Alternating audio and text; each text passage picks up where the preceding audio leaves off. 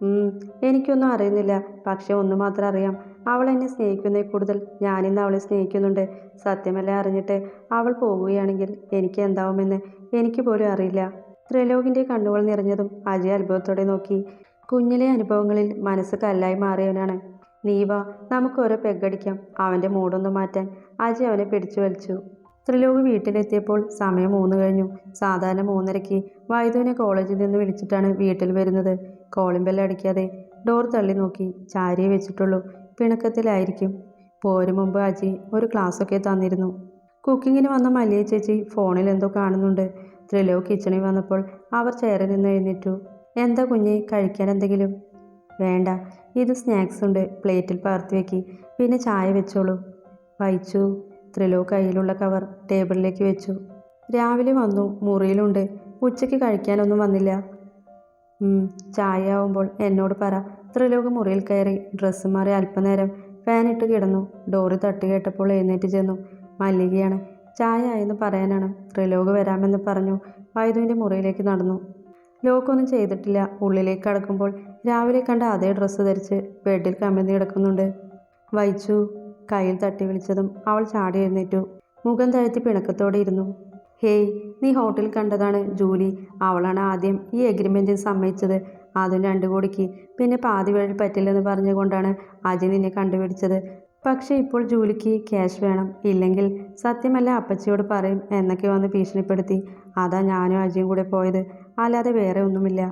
വൈദുവിനെ നോക്കി. മുഖം അല്പം തെളിഞ്ഞിട്ടുണ്ട്. മുഖം കഴുകി ഡ്രസ്സ് മാറി വാ, ചായ കുടിക്കാം. ഉച്ചയ്ക്കൊന്നും കഴിച്ചിട്ടില്ലെന്ന് മല്ലികാൻറ്റി പറഞ്ഞു. ചെല്ല്, ഞാൻ വെയിറ്റ് ചെയ്യാം. ത്രിലോക് അവളുടെ കവളിന്മേലെ തട്ടിയിട്ട് പുറത്തേക്കിറങ്ങി. വൈദു മുഖം അമർത്തി തുടച്ച് ബാത്റൂമിലേക്കും. പുറത്തിറങ്ങിയതും ത്രിലോക് ഒന്ന് പുഞ്ചിരിച്ചു.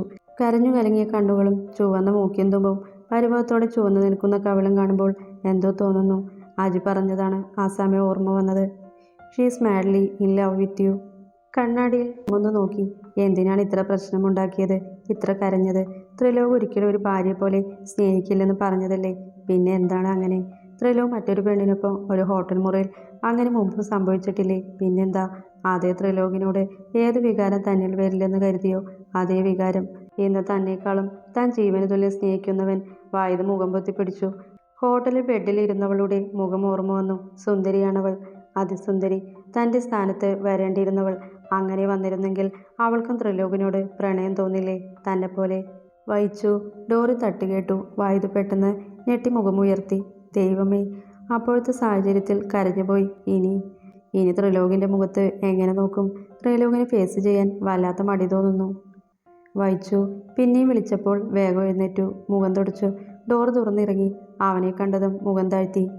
താൻ വീണ്ടും കരഞ്ഞു. ത്രിലോക് നെറ്റിചുളിച്ചു. അവൾ തല വിലങ്ങനെയാട്ടി. വാ, ചായ കുടിക്കാം. ത്രിലോക് വിളിച്ചതും വൈദു അവൻ്റെ പുറകെ നടന്നു. താൻ അതിനെക്കുറിച്ച് എന്തെങ്കിലും ചോദിക്കുമെന്ന് കരുതിയെങ്കിലും ഒന്നും ചോദിച്ചില്ല. ചായ കുടിച്ച് സ്നാക്സ് കടിച്ച് ത്രിലോക് ടിവിയുടെ മുമ്പിലേക്ക് നടന്നു. വൈദുവിന് അല്പം ആശ്വാസം തോന്നി. ത്രിലോക് അടുത്തുള്ളപ്പോൾ ഹാർട്ട് ഇടിക്കുന്ന ഇടി താങ്ങുന്നില്ല. വൈദു ചായ കുടിച്ച് റൂമിലേക്ക് തിരികെ പോയി. ത്രിലോക് അവളെ ഒന്ന് തിരിഞ്ഞു നോക്കി. പിന്നെ പുഞ്ചിരിച്ചു. വൈകുന്നേരം ആയപ്പോൾ ഡോറിൽ വീണ്ടും തട്ട്. ഉറങ്ങിപ്പോയതുകൊണ്ട് കണ്ണു തുറക്കാൻ കിട്ടുന്നില്ല. എങ്ങനെയോ എഴുന്നേറ്റ് സമയം നോക്കി. ഈശ്വര, 7 മണിയോ? വേഗം ഡ്രസ്സെടുത്ത് ബാത്റൂമിൽ കയറി. ഡോറിൽ പിന്നെയും തട്ടി. ത്രിലോക് ഉള്ളിലേക്ക് വന്നു. ബാത്റൂമിലാണെന്നറിഞ്ഞതും അവൻ തിരിച്ചിറങ്ങി. കുളിച്ചിറങ്ങി നേരെ ഹാളിലേക്ക് ചെന്നു. മല്ലികാൻറ്റി ഇരുന്ന് TV കാണുന്നുണ്ട്. ആള് പിന്നെ സീരിയലിൻ്റെ ആളാണ്. ത്രിലോകിൻ്റെ മുറിയിലേക്ക് നോക്കി. കാണുന്നില്ല. ഒന്നുകൂടെ എത്തി നോക്കി. എന്താ വഹിച്ചു? പുറകിൽ നിന്ന് സ്വരം കേട്ടതും അവൾ ഞെട്ടിത്തിരിഞ്ഞു. അത് പിന്നെ ഞാൻ പുറത്തു പോവാ. അവളെ പറയാൻ അനുവദിക്കാതെ ത്രിലോക് ചോദിച്ചു. വാ. ത്രിലോക് ചാവി എടുത്തിറങ്ങി. മല്ലികാൻറ്റി ഡോർ അടച്ചോ? വൈദു നനഞ്ഞ മുടി അഴിച്ചിട്ടു. മല്ലിക ഒന്ന് ആക്കി മൂളി. എന്നത്തെയും പോലെ ആദ്യ തട്ടുകടയിലേക്കാണ് പോയത്. പക്ഷേ എന്നത്തെയും പോലെ രണ്ടുപേരും ഒന്നും സംസാരിച്ചില്ല. കാറിനുള്ളിൽ മൗനം തളം കെട്ടി നിന്നു.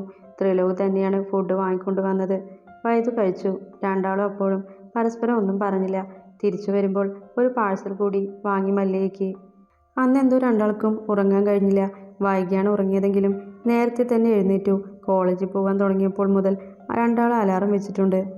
മിസ്സായ നോട്ട്സ് എല്ലാം എഴുതിയെടുക്കണം. ക്ലാസ് ഒരിക്കലും മിസ് ചെയ്യാൻ പാടില്ല. എന്തൊക്കെ നമ്മളിൽ നിന്ന് എടുത്താലും നമ്മുടെ എഡ്യൂക്കേഷൻ മാത്രം ആർക്കും എടുക്കാൻ കഴിയില്ല. അതാണ് അതിൻ്റെ പവർ. കോളേജ് എത്താറായപ്പോൾ ത്രിലോക് അവളെ നോക്കി ഗൗരവത്തോടെ പറഞ്ഞു. ഉം. വൈദൊന്ന് മൂളി. കാർ കോളേജിന് മുമ്പിൽ നിർത്തിയതും അവൾ മിണ്ടാതെ ഇറങ്ങി. വൈച്ചു ത്രിലോക് വിളിച്ചപ്പോൾ വേഗത്തിൽ തിരിഞ്ഞു. ഒരു ബൈ പോലും ഇല്ലടോ. ബൈ.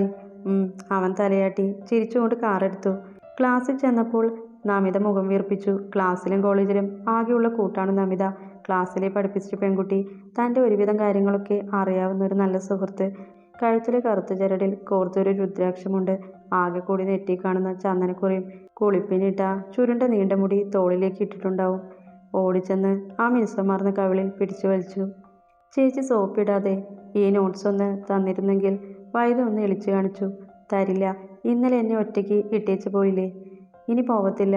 എഴുതുന്നതിനിടയിൽ തുടക്കം മുതൽ ഈ നിമിഷം വരെയുള്ളത് എല്ലാം തുറന്നു പറഞ്ഞു.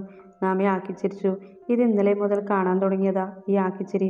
വൈദ ഒന്ന് നിശ്വസിച്ച് ബാക്കി നോട്ട്സ് എഴുതാൻ തുടങ്ങി. വന്നപ്പോൾ മുതൽ ഞാൻ ശ്രദ്ധിക്കുക. നീ എന്തിനെ വെറുതെ ഇരുന്ന് ചിരിക്കുന്നേ? ലാപ്പ് നോക്കി ചിരിക്കുന്നു, ഫയൽസ് നോക്കി ചിരിക്കുന്നു. അജയ് അവനെ കൂർപ്പിച്ചു നോക്കി. എടാ, ഈ ലോകത്ത് ഏറ്റവും ആനന്ദം നൽകുന്നത് എന്താണെന്നറിയാമോ? സെക്സ്. ഉടനെ അജയുടെ മറുപടിയും വന്നു. അയ്യേ, നിനക്ക് ഈ വിചാരം തന്നെയുള്ളൂ. പിന്നെ ഞാൻ വേറെന്ത് ചിന്തിക്കണം? കഴിഞ്ഞ ദിവസം ജോസ്ലിൻ. അജി കൈമലർത്തി. മതി, അതല്ലടാ. നിനക്ക് ലവ് തോന്നിയിട്ടില്ലേ? എനിക്ക് കാണാൻ കൊള്ളാവുന്ന എല്ലാ പെമ്പിള്ളേരെ കണ്ടാലും പ്രേമം തോന്നും. ത്രിലോക് അതോടുകൂടി പറയുന്നത് നിർത്തി. പക്ഷെ ഒറ്റ നോട്ടത്തിൽ ഈയൊരു ജന്മത്തിൽ ഇവളും മതി എന്ന് തോന്നിക്കാൻ ആരെയും ഇതുവരെ കണ്ടിട്ടില്ല. ത്രിലോക് ഒന്ന് പുഞ്ചിരിച്ച് തല താഴ്ത്തി. നീ എന്താ പറയാൻ വന്നത്? ഞാനിപ്പോൾ ഇതൊക്കെ ആസ്വദിക്കുന്നുണ്ട്. എന്ത്? അജി നെറ്റി ചൊളിച്ചു. അറിഞ്ഞിട്ടും പറയാതെ കൊണ്ടു നടക്കുന്ന പ്രണയമില്ലേ അത്? അതിൻ്റെ ഫീലുണ്ടല്ലോ അത്. ത്രിലോക് വാക്കുകൾ കിട്ടാതെ ഉഴറി. അജി തലയാട്ടി. ഇന്ന് ഈവനിങ് MM ഗ്രൂപ്പ്സുമായി മീറ്റിംഗ് ഉണ്ട്, മറന്നോ? ഇല്ല. നീയൊന്ന് വൈദേഹിയെ വീട്ടിലാക്കണം.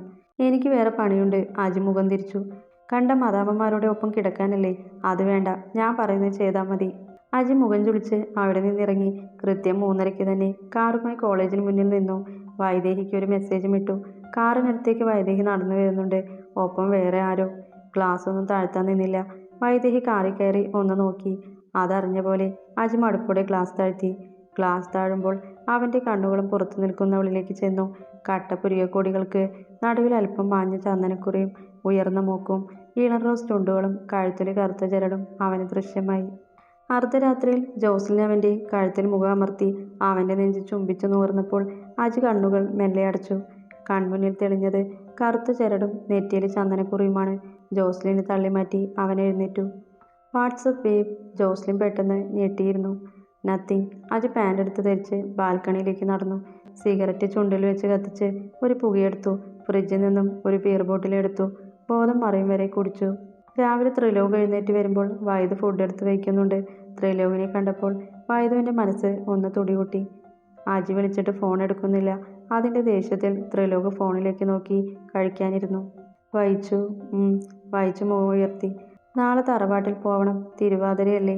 10 ദിവസം അവിടെ കുറേ പ്രോഗ്രാമൊക്കെ ഉണ്ട്. പിന്നെ പൂജയും. അപ്പോൾ ക്ലാസ്. അവിടെ നിന്ന് പോവാം. കുറച്ചു ദൂരം കൂടുതലുണ്ടാവും. പിന്നെ ആ വെള്ളസാരി ഇല്ലേ? അതൊക്കെ ഉണ്ടെങ്കിൽ എടുത്തു വെച്ചോളൂ. ഏത് വെള്ളസാരി? അത് ഈ ഓണത്തിനൊക്കെ ഉടുക്കില്ലേ? സെറ്റ് സാരിയോ?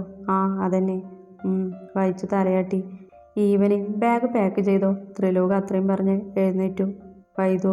ത്രിലോക് ഓഫീസിൽ ചെല്ലുമ്പോൾ അജി എത്തിയിട്ടുണ്ടായിരുന്നില്ല. ത്രിലോക് കുറേ വിളിച്ചെങ്കിലും ഫോൺ എടുത്തില്ല. ത്രിലോക് ഓഫീസിൽ ചെല്ലുമ്പോൾ അജി എത്തിയിട്ടുണ്ടായിരുന്നില്ല. ത്രിലോക് കുറേ വിളിച്ചെങ്കിലും ഫോൺ എടുത്തില്ല. വൈദു കോളേജിലെത്തി തറവാട്ടിൽ പോകുന്ന കാര്യം പറഞ്ഞു. അപ്പോഴെങ്കിൽ ത്രിലോകിനോട് ഇഷ്ടം തുറന്നു പറയുമോ എന്ന് നമി ചോദിച്ചപ്പോൾ വൈദു നാണത്തോടെ മുഖം താഴ്ത്തി. ഈവനിങ് വിളിക്കാൻ വരില്ലെന്ന് പറഞ്ഞുകൊണ്ട് വൈദു ഓട്ടോയിൽ വന്നു. മല്ലിക ആൻറ്റി ചായയൊക്കെ റെഡിയാക്കി വെച്ചിട്ടുണ്ട്. മേൽ കഴുകി ചായ കുടിക്കാൻ പോയി. പിന്നെ ബാഗ് പാക്ക് ചെയ്യാനും. ഇടയ്ക്ക് ത്രിലോക് വിളിച്ച് ത്രിലോകിൻ്റെ ഡ്രസ്സ് എടുത്തു വയ്ക്കാൻ പറഞ്ഞു. ഫോൺ ചെയ്ത് ചോദിച്ചിട്ട് തന്നെ ആവശ്യമുള്ള ഡ്രസ്സെല്ലാം എടുത്ത് മടക്കി വെച്ചു. ത്രിലോക് ഓഫീസിൽ നിന്ന് വരുമ്പോൾ പതിവിലും കൂടുതൽ വൈകിയിരുന്നു. വൈദു അവനെ കാത്തിരുന്നുറങ്ങിപ്പോയി. ഹാളിൽ സെറ്റിൽ കിടന്നുറങ്ങുന്നവളെ ശബ്ദമുണ്ടാക്കാതെ എടുത്ത് റൂമിൽ കൊണ്ടുപോയി കിടത്തി. AC ഓൺ ചെയ്ത് ബ്ലാങ്കറ്റ് പുതപ്പിച്ചു. കവിളിലൂടെ ഒന്ന് തഴുകിക്കൊണ്ട് മുറിക്ക് പുറത്തേക്കിറങ്ങി. കഴിക്കുന്നില്ലേ മോനി? ഞാൻ കഴിച്ചിട്ടാ വന്നത്. ത്രിലോക് ചിരിച്ചിട്ട് റൂമിൽ കയറി. മല്ലിക റൂമിലേക്കും പോയി. നാളെ രാവിലെ ഡോർ പൂട്ടി വീട്ടിൽ പോവാം. പിന്നെ ഇടയ്ക്കൊന്ന് അടിക്കാനും തുടയ്ക്കാനും വന്നാൽ മതി. പുലർച്ചെ ഡോറിൽ തട്ട് കേട്ട് വൈദു കണ്ണു ചൊളിച്ചു. പാതി ഉറക്കത്തോടെ എഴുന്നേറ്റിരുന്നു. വായിച്ചു. പിന്നെയും ഡോറിൽ തട്ടി. മോർണിംഗ്. വൈദു അത് പറഞ്ഞ് ബെഡിലേക്ക് വീണ് കണ്ണുകൾ അടച്ചു. 5 മിനിറ്റ് കഴിഞ്ഞ് ത്രിലോക് മുറിക്കകത്തേക്ക് വന്നു. അവൻ വിചാരിച്ച പോലെ നല്ല ഉറക്കമാണ് കക്ഷി. ഡോ വൈച്ചു. വൈദു ബെഡിലേക്ക് മുഖം പൊഴ്ത്തി. എണീക്കിടോ, നേരത്തെ ഇറങ്ങണം. വൈദു മടിയോടെ എഴുന്നേറ്റിരുന്നു. ദാ ഇത് കുടിച്ച് റെഡിയാവാൻ നോക്ക്. ത്രിലോക് അവൾക്ക് നേരെ ചായ നീട്ടി. വൈദു ചായ വാങ്ങി ഒരു കൈ കൊണ്ട് മുഖം തുടച്ചു. വേഗം റെഡിയാക്ക്. ത്രിലോക് അവളെ നോക്കിക്കൊണ്ട് എഴുന്നേറ്റു. വൈദു ചായ കുടിച്ചു മെല്ലെ എഴുന്നേറ്റു. വെള്ളിയാഴ്ചയാണ്, കോപ്പ്. കോളേജിലും പോകേണ്ടി വരും. ഫ്രഷായി ഇറങ്ങി. മല്ലിക ബ്രേക്ക്ഫാസ്റ്റൊക്കെ ഉണ്ടാക്കി വെച്ചിട്ടുണ്ട്. രണ്ടുപേരെ ഇരുന്ന് കഴിച്ചു. കഴിച്ചു കഴിഞ്ഞത് രണ്ടാളും മല്ലികയോട് യാത്ര പറഞ്ഞിറങ്ങി. Drive ചെയ്യുന്നതിനിടയ്ക്ക് ത്രിലോകിൻ്റെ phone ബെല്ലടിച്ചു. അവൻ കാർ സൈഡാക്കി ഫോൺ അറ്റൻഡ് ചെയ്തു. വെങ്കി മിസ്സിംഗ് ആണ്. ത്രിലോകിൻ്റെ മുഖം ഗൗരവമായി. നമ്മുടെ ആൾക്കാരോട് ഒന്ന് അന്വേഷിക്കാൻ പറ. കോൾ കട്ടായി. ത്രിലോക് മുഖം ചരിച്ച് വൈദുവിനെ നോക്കി. ഉറക്കം തൂങ്ങി തുടങ്ങിയിട്ടുണ്ട്. അവൻ കാർ വീണ്ടും മുന്നോട്ടെടുത്തു. വെങ്കി മാറി നിൽക്കുന്നത് എന്തായാലും വെറുതെ ആവില്ല. 1 മണിക്കൂർ യാത്രയ്ക്ക് ശേഷം ത്രിലോക് കാർ നിർത്തിയിറങ്ങി. വൈദു ഉറക്കത്തിൽ നിന്ന് എഴുന്നേറ്റു. ബാഗൊക്കെ എടുത്ത് പുറത്തിറങ്ങി. ശരിക്കും ചുറ്റുമൊന്ന് കണ്ണോടിച്ചപ്പോഴാണ് ചായക്കടയിൽ നിന്നും ചായ വാങ്ങി കുടിക്കുന്ന ത്രിലോകിനെ കണ്ടത്. അവളെ കണ്ടതും ചായ ടേബിളിൽ വെച്ചിട്ട് അവൻ ഉറക്കെ ചിരിച്ചു. വൈദു ദേഷ്യത്തിൽ ബാഗ് കാറിലേക്കിട്ട് അവൻ്റെ അരികിലേക്ക് ചെന്നു. അവൾ അടുത്ത് വന്നപ്പോഴും വാപൊത്തിച്ചിരിക്കുന്ന ത്രിലോകിനെ കാണി വൈദുവിന് ദേഷ്യം ഇരട്ടിച്ചു. ചേട്ടാ, ഇവിടെ ഒരു ചായ കൂടി. ത്രിലോക് ചിരി കടിച്ചമർത്തി. വൈദു ചുണ്ടുകൂട്ടി. സമയം 7 കഴിഞ്ഞു. ഒന്ന് മുഖം കഴുകിക്കോ, എത്താറായി. വൈദു ചായ കുടിച്ച് എഴുന്നേറ്റ് മുഖം കഴുകി. ഇനി ഉറങ്ങാൻ നിൽക്കണ്ട. അവൾ സീറ്റിലേക്ക് ചായുന്ന കണ്ട് ത്രിലോക് പറഞ്ഞു. പുറമൊക്കെ വേദനിക്കുന്നു. അവനൊന്ന് മൂളി. 15 മിനിറ്റിൽ അവർ തറവാട്ടിലെത്തി. അന്ന് വിവാഹത്തിന് വന്നതാണ്. പിന്നെ ഇങ്ങോട്ട് വന്നിട്ടില്ല. ഡോർ തുറന്ന് ഇറങ്ങുമ്പോൾ അജയ് ഓടിയെത്തി. ത്രിലോക് അവൻ്റെ കഴുത്തി പിടിച്ച് കാറിലേക്ക് ചാരി നിർത്തി. ഇന്നലെ എന്തായിരുന്നടാ ലീവ്? ചുമ്മാ. അജയ് കണ്ണു ചിമ്മി. ആ വന്നോ? ബാക്ക് ഡോർ തുറന്ന് ബാഗ് എടുക്കുന്ന വൈദു തിരിഞ്ഞു നോക്കി. ത്രിലോക് അവരെ കണ്ടതും അടുത്തേക്ക് ചെന്ന് കാലിലൊന്ന് തൊട്ടു. അത് കണ്ടപ്പോൾ വൈദുവും. മുറിയൊക്കെ വൃത്തിയാക്കിയിട്ടുണ്ട്. പോയി കുളിച്ച് ശുദ്ധിയായി വാ. അപ്പച്ചി പറഞ്ഞപ്പോൾ വൈദു ത്രിലോകിനെ കൂർപ്പിച്ചു നോക്കി. ആളിളിച്ചു നിൽക്കുന്നുണ്ട്. ത്രിലോകും അജയും ബാഗ് പിടിച്ച് ഉള്ളിലേക്ക് കയറി. സുഖമാണോ മോളെ? അപ്പച്ചി അവളുടെ മുടിയിലൊന്ന് തലോടി. അപ്പച്ചിക്കോ? നിങ്ങൾ നന്നായിരുന്നാൽ അപ്പച്ചിക്കും സുഖം. വൈദു അതിന് ചിരിച്ചേയുള്ളൂ. മോള് വ്രതമെടുക്കണം. വിവാഹം കഴിഞ്ഞുള്ള ആദ്യ തിരുവാതിരയല്ലേ? അപ്പച്ചി അകത്തേക്ക് കയറുന്നതിനിടയിൽ പറഞ്ഞു. പിന്നെ ഭക്ഷണം ഒരു നേരമാ? അത് വേണ്ട. ശബ്ദം കേട്ട് രണ്ടാളും തിരിഞ്ഞു. ത്രിലോകാണ്. അതെന്താ? അപ്പച്ചി നെറ്റി ചുളിച്ചു. അപ്പച്ചി വൈച്ചുവിന് വൈദേഹിക്ക് കോളേജിലൊക്കെ പോവേണ്ടതാ. സോ ഫുഡ് കഴിക്കാതെ ഇരിക്കുന്നതൊക്കെ ബുദ്ധിമുട്ടാണ്. ത്രിലോക് കയ്യിലെ തോർത്ത് തോളിലേക്കിട്ടു. അതൊന്നും കുഴപ്പം വരില്ല. വേണമെങ്കിൽ ലീവ് എടുത്തോളൂ. ഭർത്താവിൻ്റെ ആയുസ്സിന് വേണ്ടി ഭാര്യ ചെയ്യുന്നതാണ് ഇതൊക്കെ. കാലങ്ങളായി നമ്മുടെ തറവാട്ടിലെ സ്ത്രീകൾ അനുഷ്ഠിച്ചു വരുന്നത്. എൻ്റെ ആയുസ്സിന് വേണ്ടി ആരും വ്രതമെടുക്കണ്ട. ത്രിലോക് അത്രയും പറഞ്ഞ് പുറത്തേക്കിറങ്ങി. പുറകെ അജിയും. അപ്പച്ചി വൈദുവിനെ നോക്കിയപ്പോൾ അവൾ 2 കണ്ണും ചിമ്മി കാണിച്ചു.